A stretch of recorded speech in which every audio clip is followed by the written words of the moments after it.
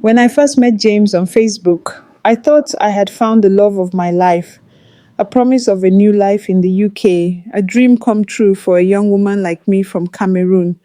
But little did I know I was walking straight into a nightmare. What began as a fairy tale quickly turned into a horrific reality where I was trapped, abused, and sold to strangers for money. But somehow I found the strength to escape, and now I stand before you, sharing my story, hoping to find healing and give strength to others.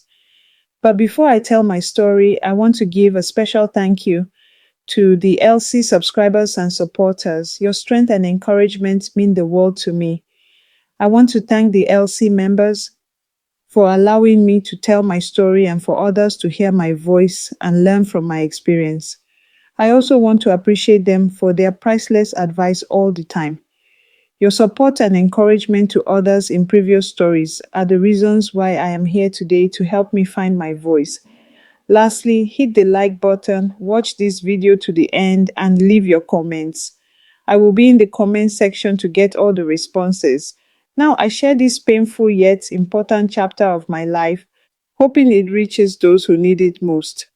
Thank you for listening. My name is Camille Nkom. I am 28 years old lady, born and raised in Douala, Cameroon. Growing up in a small, bustling neighborhood, life was never easy. My parents were hardworking farmers. My family worked tirelessly, but we never seemed to escape the cycle of struggle.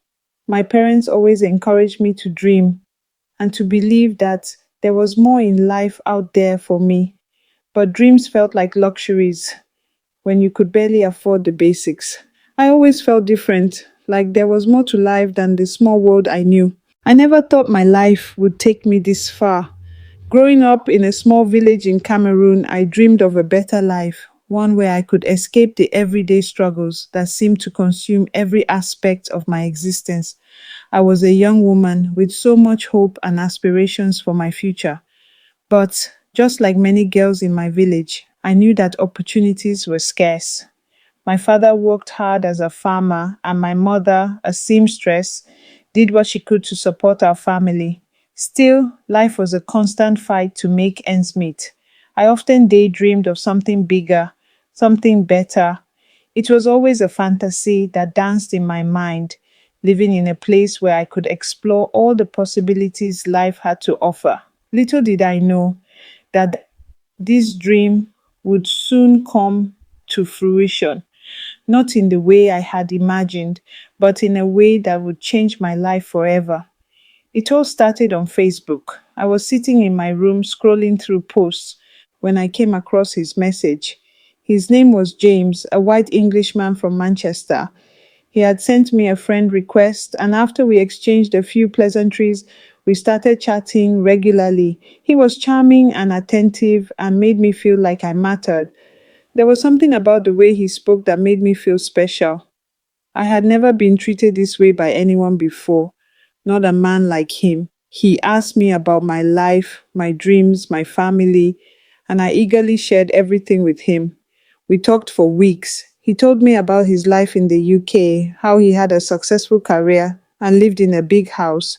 He promised me that one day I could join him there, start a new life, and together we could build something amazing. I was skeptical at first, wondering why someone like him would be interested in me, a girl from Cameroon. But he was persistent. He kept sending messages telling me how much he admired my strength, my beauty, and my intelligence.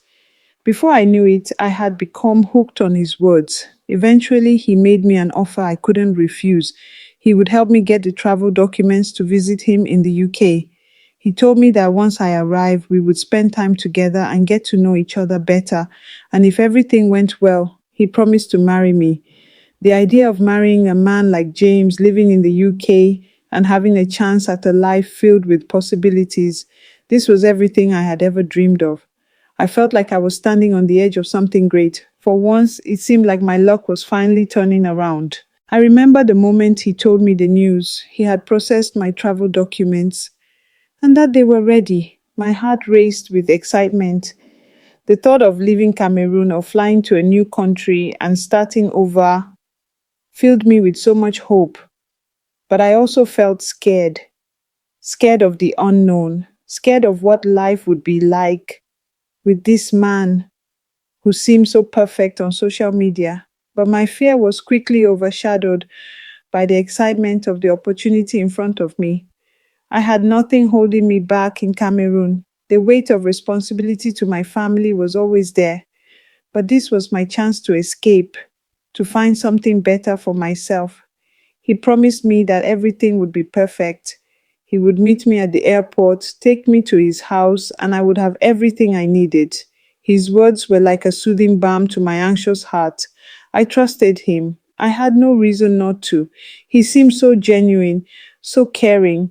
How could I have known that everything I dreamed of would come crashing down in a way I never could have anticipated? The weeks leading up to my departure were filled with excitement and preparation. I told my family about the opportunity, and although they were hesitant at first, they encouraged me to go. It's a chance of a lifetime, my mother said, wiping tears from her eyes. Make sure you make us proud. My father, though quiet, gave me a nod of approval. The night before I was set to leave, I lay in bed, unable to sleep. My mind raced with thoughts of what awaited me: a new country, a new life, a new beginning. I wondered what James looked like in person. Was he really as charming as he seemed in his messages? Would he live up to the promises he made? All these questions filled my mind as I tried to calm my nerves. The next morning, I boarded the plane to the UK. I could feel the weight of the moment, the sense of anticipation, excitement, and yes, fear. As the plane soared through the clouds, I realized that there was no turning back now. I was on my way to a new life, a life I had always dreamed of. When I landed at Manchester Airport, James was there, just as he promised. He was waiting for me with a big smile on his face, holding a sign with my name. He was taller than I expected, with short blonde hair and blue eyes that sparkled with excitement. He embraced me warmly, and at that moment, I felt like everything was finally falling into place. This was it. My new life was beginning. We drove back to his house, and I marveled at the streets of Manchester, the grand buildings, the shops, and the greenery. It felt like a dream. James spoke to me the entire way, telling me about the city, his life, and how happy he was that I was finally here. He was charming, thoughtful, and made me feel like I had truly made the right decision. We arrived at his house, a beautiful home on a quiet street. He showed me around, giving me a tour of each room. It was everything I had imagined: clean, modern, and comfortable. He even set up a guest room for me with fresh sheets and a beautiful view of the garden. I felt like I had stepped into a fairy tale. That evening, we sat down to a lovely dinner, and he poured me a glass of wine. The conversation was easy, and we laughed together as if we had known each other for years. I couldn't help but feel like everything was perfect. This was the beginning of something beautiful, I told myself. I was finally living the life I had always dreamed of. But deep down, something lingered, a small voice that whispered, "Be careful." I shook it off, convincing myself that this was just my nerves. After all, James had been nothing but kind to me so far. What could go wrong? As the night wore on, we retired to the living room, and he asked me to stay the night in his room. I was taken aback at first, unsure of what to say, but he assured me that everything was fine and it would be more comfortable for me. He promised that we would take things slow and get to know each other better. I agreed, though something inside me still felt uneasy. That night, I lay in his bed beside him, and though I wanted to feel safe and secure, there was a knot in my stomach I couldn't shake. I fell asleep with the sound of his breathing beside me, the promise of a new life in my mind. But little did I know that this dream would soon turn into a nightmare. The first few days in the UK felt like a blur. I was wrapped in a cocoon of excitement and disbelief. Everything was new and different: the language, the food, the culture, the people. I felt like I was living someone else's life. like a character in a book I'd never read before. James was attentive and kind and made sure that I had everything I needed. I couldn't help but feel lucky. He was always there, guiding me through this strange, beautiful place with patience and understanding. We spent our days exploring Manchester. James showed me the grand parks, the bustling markets, and the stunning architecture of the city. I felt like I was living in a dream. His words painted a picture of a future that sounded almost too perfect to be true. He often spoke about the house we would eventually buy together, the children we would have, and the life we would build. And I believed him. In fact, why wouldn't I believe him? But little by little, I started to notice things, small things at first, little cracks in the facade that I wasn't sure how to explain. James began to ask me for more and more things, trivial things at first, just small favors like cleaning up around the house or cooking dinner. He'd tell me how much he loved my cooking and how he appreciated the little things I did. It made me feel good to be useful, but then it started to feel like something more, like it was expected. There was a certain way he would look at me sometimes, with that intensity that made me feel like he was studying me as if he was trying to figure out whether I was the woman he hoped I'd be. If I didn't do something the way he liked it, he'd brush it off with a simple, "I'm just trying to help you settle in." At first, I didn't mind. I was still overwhelmed with the thought of being in the UK, and his reassurance felt comforting. But it wasn't just about cleaning or cooking, it was about control. The first time I noticed it clearly was when he asked me to stay home instead of going out with some new friends I'd made in the neighborhood. It was an innocent invitation to a small gathering, but when I mentioned it to James, his face darkened. "Why do you need to go out? You're in my house now, Camille. I'm here. I can take care of you. You don't need anyone else," he had said, his voice firm. It wasn't just a suggestion, it was a command, a subtle but unmistakable shift in how he saw me. I brushed it off. Maybe it was just my nerves. Maybe he was just trying to be protective. He was, after all, the man who promised to marry me. He said he cared about me, and I wanted to believe that. Days passed, and the feeling of unease continued to grow, like a small crack that slowly widened. I began to notice that I wasn't going out anymore. James insisted on accompanying me wherever I went, even to the grocery store. If I suggested going for a walk alone, he would look at me as if I were being unreasonable, like I was doing something wrong. His protective gestures slowly started to feel like restrictions, and I began to feel like I was under some kind of quiet surveillance. One afternoon, a week into my stay, I was scrolling through my phone when I got a message from Gina. She had sent me a funny meme, something to remind me of home, and I smiled, momentarily distracted from the tension I was beginning to feel. "Camille, I miss you. How's everything going with James? I hope you're having a great time in the UK. We need to catch up soon." Gina's message read. I showed James the message, hoping it would lighten the mood, but his face immediately hardened as he glanced at my phone. "Why are you still in touch with her?" he asked, his voice cold. I was caught off guard by his sudden shift in tone. "Gina is my friend James. She's the one who encouraged me to come here," I explained, but my words felt weak even as I said them. James didn't respond right away. Instead, he stared at me for a long moment, his gaze intense. Then, with a slight sneer, he spoke again. "Fine, but no more distractions. You're here with me now, Camille. You don't need anyone else. Understand?" I nodded, but inside, I felt a twinge of discomfort. Understand? What did that even mean? I had moved halfway across the world, and now it felt like I was being kept in a cage. The thought stung, but I pushed it aside. Maybe I was just overthinking things. I had to trust him. He was my future husband after all. The days that followed grew more and more suffocating. I wasn't allowed to leave the house without him anymore, and even when I did go out for short errands, he would call repeatedly to check in. If I was even a few minutes late, the questioning would start. "What took you so long? What were you doing?"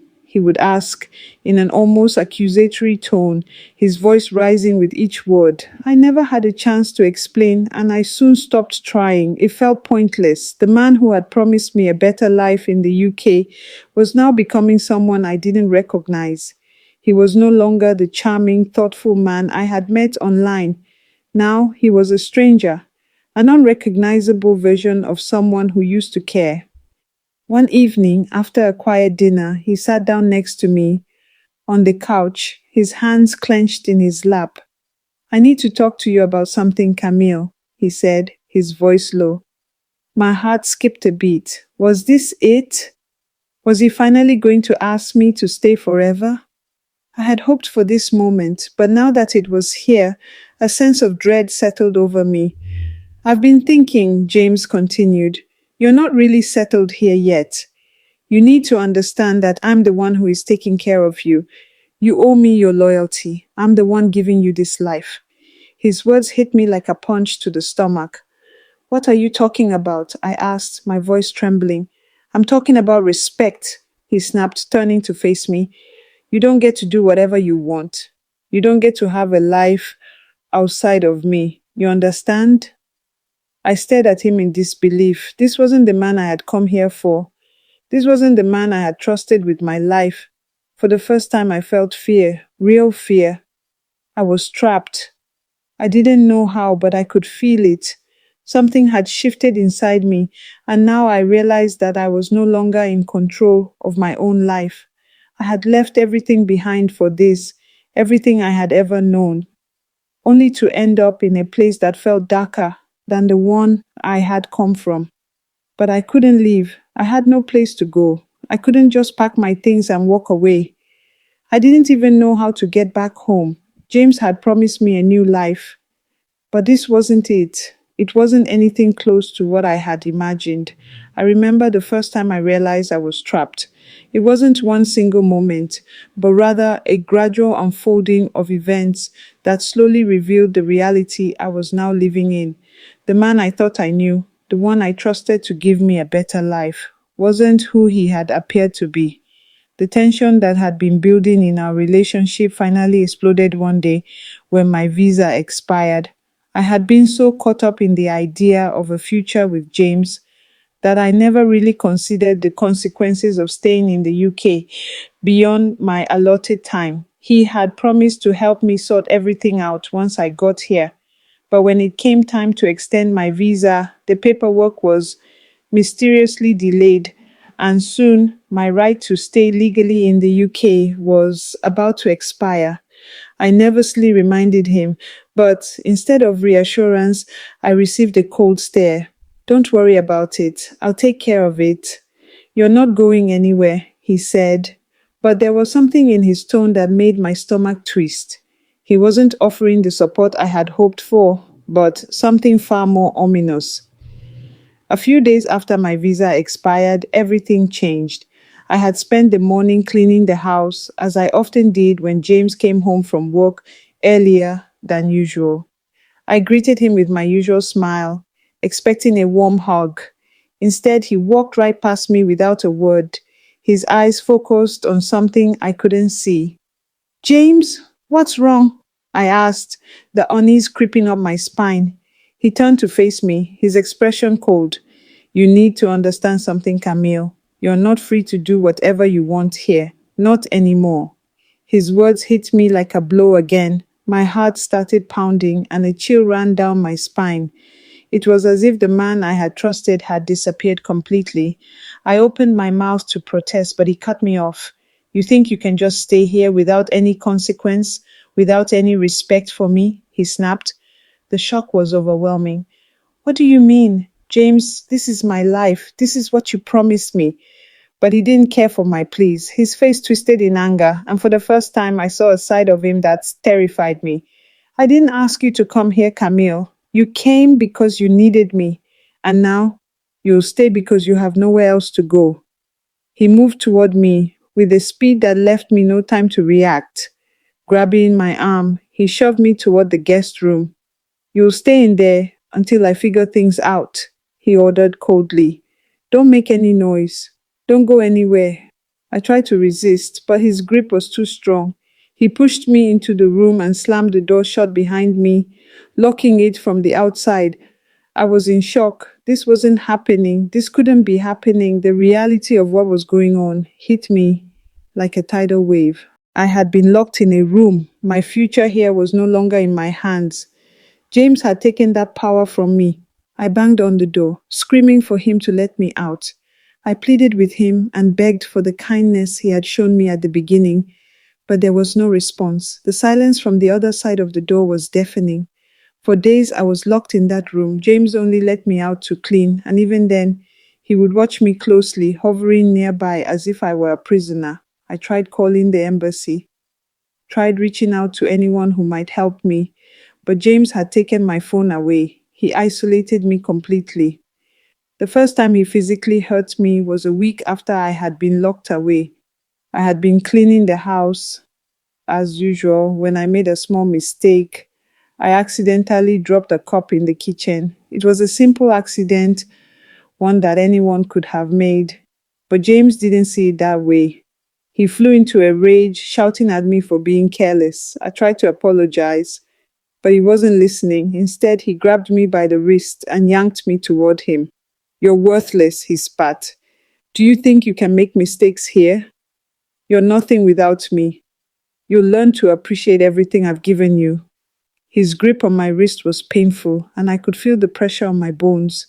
I winced in pain, but he didn't care. I had become nothing more than a servant to him, a thing to be controlled. When he finally let go, I collapsed to the floor, my body trembling with fear and in pain. The once loving man who had promised me a better life was now a stranger, a cruel, heartless person I didn't recognize anymore. But that wasn't the worst part.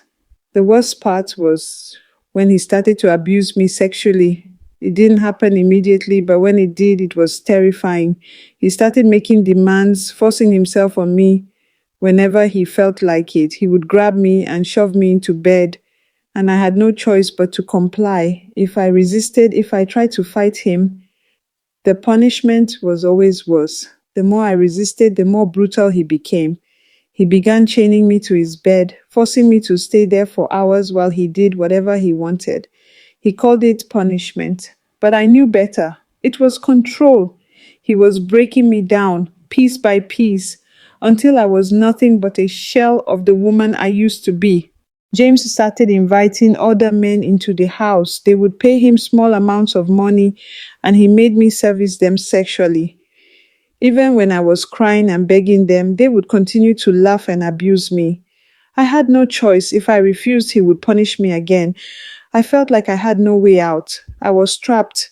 No escape, no freedom. The abuse didn't stop there. It escalated. He began forcing me to do things I never thought I would be capable of doing. He even started forcing me to engage in acts that I could never have imagined in my darkest nightmares. One day, he brought a dog into the house. I was horrified when he told me what he wanted me to do with it. I couldn't bring myself to even think about it. But James forced me to have sex with his dog. The words he said still echo in my mind. "You will do this, Camille, or it will get worse." I felt like I was suffocating. My soul was dying, but I had nowhere to turn. I was isolated, imprisoned in a strange country, with no one who cared or who could help. I was nothing more than a prisoner to James and his sick desires. But amidst all the pain, there was one thought that kept me going, a faint glimmer of hope.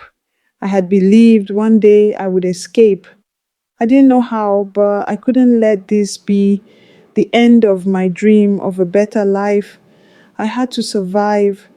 I often think about the moment when I realized I had lost myself, the day I stopped recognizing who I was, the woman I used to be, with her dreams and aspirations, full of hope. It wasn't the first time he abused me, but it was the first time I felt like a total stranger in my own body, and my skin began to irritate me. James had stopped pretending to care about me a long time ago. The romantic gestures were long gone, replaced by threats, demands, and cruelty that grew more unbearable every day. I was his prisoner.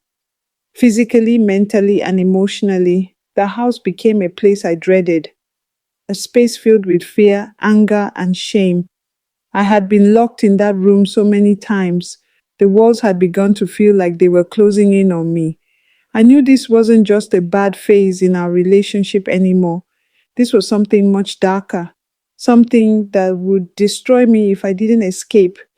But even the thought of running away felt impossible. How could I leave? I had no money, no passport, and no way to contact anyone for help. James had masterminded that without me knowing. He kept me isolated, removing my phone and not allowing me to make friends or even communicate with anyone outside the house. And then it got worse. I knew James had always been a man who enjoyed control, but the depth of his depravity was something I couldn't have imagined in my worst nightmares. After months of abuse, I thought it couldn't get any worse. But one day it did. It happened on a quiet Sunday afternoon. I had been cleaning the house as I usually did. He had come home early, looking unusually serious. I thought nothing of it at first, just another one of his moods. But when he approached me, his face was colder than I had ever seen it. He didn't even ask how my day had been or whether I needed anything. There was no small talk. Camille, he said, his voice chillingly calm. I think it's time you learn how to really serve me. I didn't understand what he meant at first, and when I looked at him, confused, he just stared at me. You think I'm here just to make your life easier, don't you? Well, I'm not. I've given you everything you have. I spent a lot of money to bring you here, and I will take everything away from you if you don't learn how to behave properly. I felt a knot tighten in my stomach, but I couldn't speak. What could I say? What was there left to say when everything I said only seemed to make things worse? From now on, he continued, you'll do as I say. You'll take care of my needs, and you'll learn to be a proper woman. His words were so cold, so devoid of humanity. I felt like I was being suffocated by them. And if you don't, I will make sure your life becomes even more miserable. You think I won't? I shook my head. The words stuck in my throat. I wanted to scream, to run, but I couldn't move. I didn't know what would happen next, but I had an awful feeling that whatever it was going to be something that I couldn't escape from. James stepped forward, closer than I had ever seen him. You see, he continued, his voice lowering to a dangerous whisper, I'm going to make sure you never forget who you belong to. And then it got worse. The unimaginable, the abuse that no human being should ever have to endure. For the next few weeks, he will invite his friends over and they will have a threesome with me. They took turns to practice all sorts of sexual acts on me to the extent that I would start bleeding and they wouldn't still give me proper medical care. Men would come to the house to use me for their own twisted pleasures.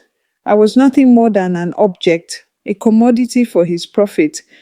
The longer I stayed with him, the more my spirit withered. I was a shell of the person I once was, and every day felt like I was dying inside. I was trapped physically and mentally.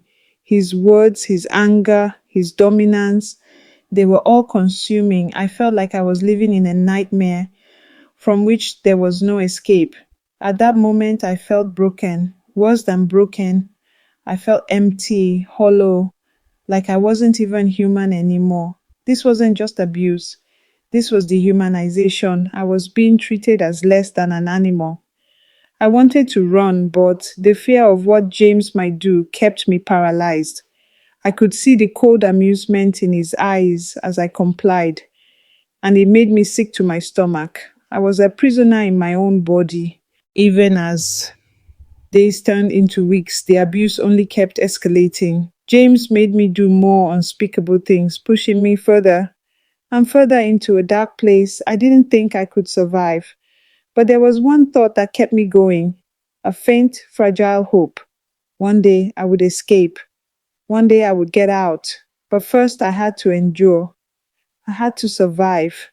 The days blurred together, each one indistinguishable from the last. I woke up every morning with dread, knowing what awaited me. The once beautiful home I had admired, the promise of a future I had dreamed of, had turned into a prison. I was no longer the woman I once was, the woman full of hope and dreams. I had become a shell, lost in a dark and twisted reality with no way out. But then came the night that changed everything. It wasn't a night I had planned for, but a moment of unexpected opportunity, a chance I had never thought would come. It came in the form of a small window of freedom, and I knew that if I didn't take it, I might never have another chance. James had gone out for the evening. His temper had been especially volatile that day, and I had spent hours cleaning the house, not daring to speak, not daring to make a sound. I knew what would happen if I did something wrong. I couldn't risk another punishment, not after everything he had already put me through. He had locked me in the guest room, as he often did when he left. I waited, watching the clock tick slowly, my heart beating in my chest like a drum. The seconds felt like minutes, and the minutes felt like hours. My mind raced, full of confusion, fear, and longing for escape. I had nothing left, no money, no phone, no contact with the outside world. The thought of escaping seemed impossible. How could I escape this? Where would I go? But what I did know was that if I stayed in this house with James, I wouldn't be able to survive the cruelty I was experiencing. I had to try something. As the clock struck midnight, the sound of his car engine faded in the distance, signaling that he had finally left. My chance had arrived. I had to move quickly before he came back. I held my breath as I crept to the window, peeking out cautiously. The street lights outside flickered dimly, casting shadows on the empty road. For a moment, everything was still. I could hear nothing but my own heartbeat pounding in my chest, urging me to take action. I carefully turned the doorknob to the guest room, making sure it was quiet. To my greatest shock and relief, it wasn't locked. I slowly stepped out, my feet trembling beneath me as I moved quietly through the dark hallways of the house. I knew the front door was locked, but I had memorized the house. I had seen him leave the spare key under the welcome mat, an old trick he must have thought was foolproof. I grabbed it, my hands shaking so badly I could barely hold on to the key. Every sound seemed amplified, each step, each breath, and every small movement. It felt like I was in a dream, like any moment from now, I would wake up and find myself back in that room, locked away and helpless once again. I unlocked the door as quietly as I could and stepped outside into the cool night air. The fresh air hit my face, and for the first time in months, I felt a glimmer of something I hadn't felt in a long time. Freedom. It wasn't much, but it was everything to me. I started walking and running at the same time. I didn't know where I was going, but I had to get away from him. I had to put as much distance between us as possible, but I wasn't as free as I had hoped. As I walked through the quiet streets, panic set in. I had nowhere to go. I had no money and no means of contacting anyone for help. I was lost, desperate, and terrified. I could barely think straight. The darkness of the night seemed to close in around me. The silence, a constant reminder of the isolation I had lived with for so long. As I stumbled through the streets, I saw a police officer parked on the side of the road. The car's lights dimmed. The sight of the police triggered something inside me. The fear of being caught by James, the fear of being returned to that house was too much to bear. I hesitated for a moment, but then I walked towards the officer. "Excuse me," I said, my voice barely above a whisper, trembling with fear. "I need help." The officer looked at me with a sense of concern. I could see the confusion in his eyes as he took in my appearance, my disheveled hair, and the way I was shaking uncontrollably. I explained to him as best I could what had been happening. I told him about the abuse, about James, and about everything I had endured. He listened to me carefully, taking notes and asking questions. But the weight of my confession felt too heavy to bear. I had barely escaped from the nightmare, and now I was being questioned about the reality I had been living in for months. Before I knew it, I was in a police car headed to a station where I would be questioned further. My heart ached. I knew I had to be strong. I had to tell the truth. But as we drove to the station, I felt an overwhelming sense of fear and dread. I wasn't sure if I was safe yet. I wasn't sure if I would ever feel safe again. At the station, I was put into a holding cell for the night. I was cold, tired, and scared. I had never been in a situation like this before. I had never imagined that my journey to the UK would lead to this, but somehow I had survived. The next day, I was questioned more thoroughly, and as my story began to unfold, the officers seemed genuinely concerned. I told them everything: how James had abused me, how he had locked me away, how he had forced me into unspeakable acts with his dog and friends.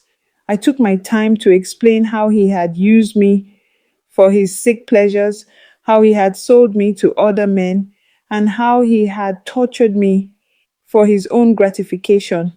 The words felt like they were ripping through me, but I knew I had to tell the truth. The police officers took my statement seriously. They began to investigate, and within days, James was arrested. I had no idea what to expect when the doors to the police station opened that day.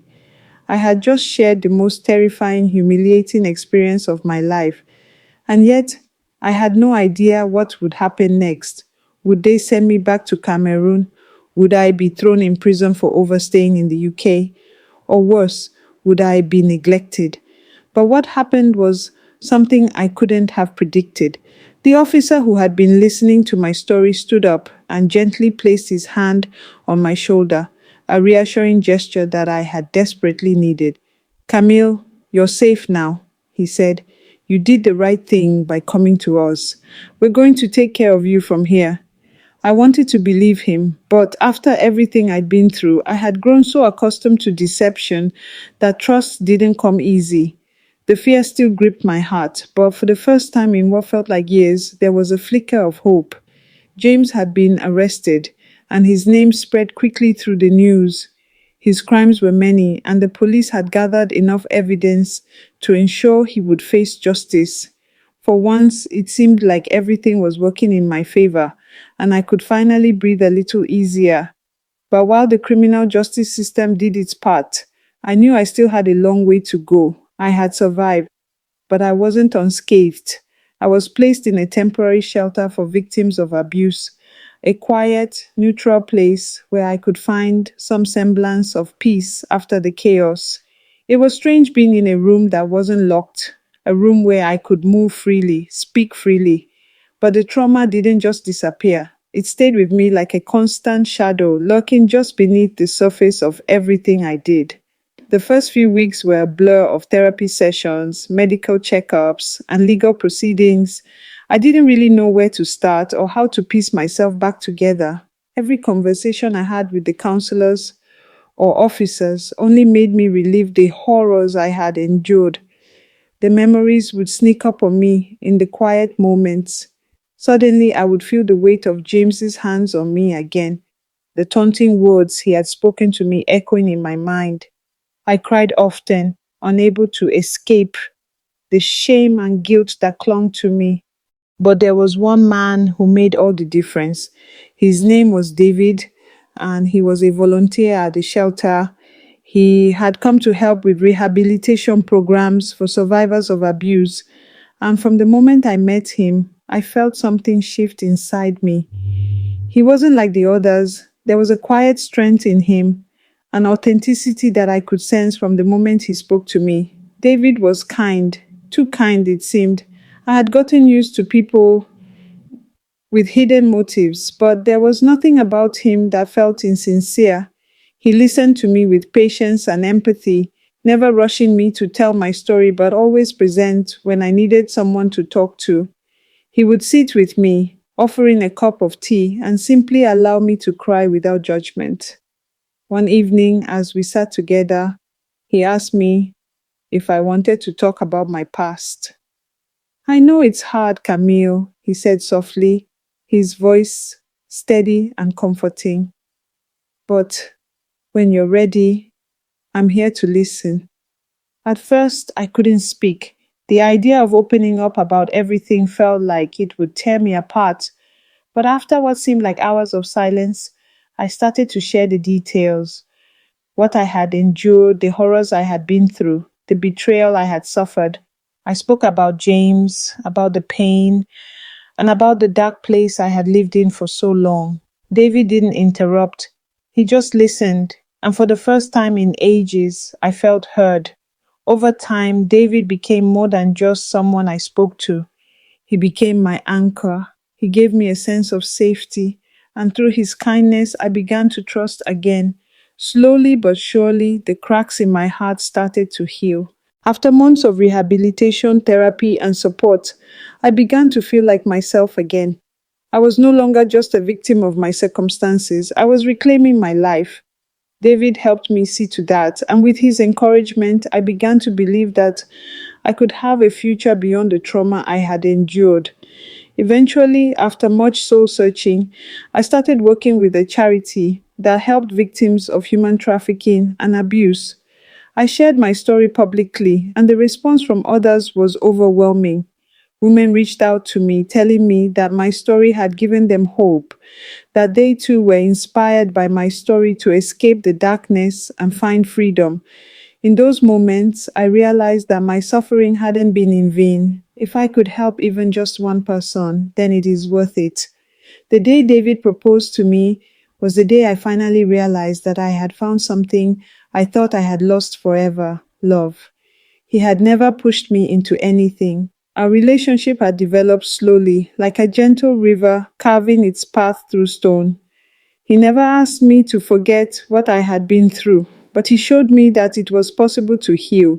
He was everything James had promised and more. Someone who made me feel safe, loved, and respected. David and I got married in a small, intimate ceremony in Manchester, surrounded by close friends and the people who had supported me during my recovery. As a surprise, David flew in my parents to witness our marriage without telling me of it. And I was overwhelmed with excitement and so much joy being reunited with my parents on that special day of my life. It was the best gift I could have asked for. I wore a simple white dress, nothing extravagant, but it felt perfect. I stood beside him, knowing that I had finally found a place of peace, a place where I could truly be myself. A year later, we were blessed with two beautiful children, a boy and a girl. They became my world, and every day I spent with them reminded me that life could be beautiful again. I no longer feared the future. I no longer carried the weight of my past. The family I had always dreamed of was finally mine. The man who had stolen my innocence, who had broken me down and used me, was eventually sentenced for his crimes.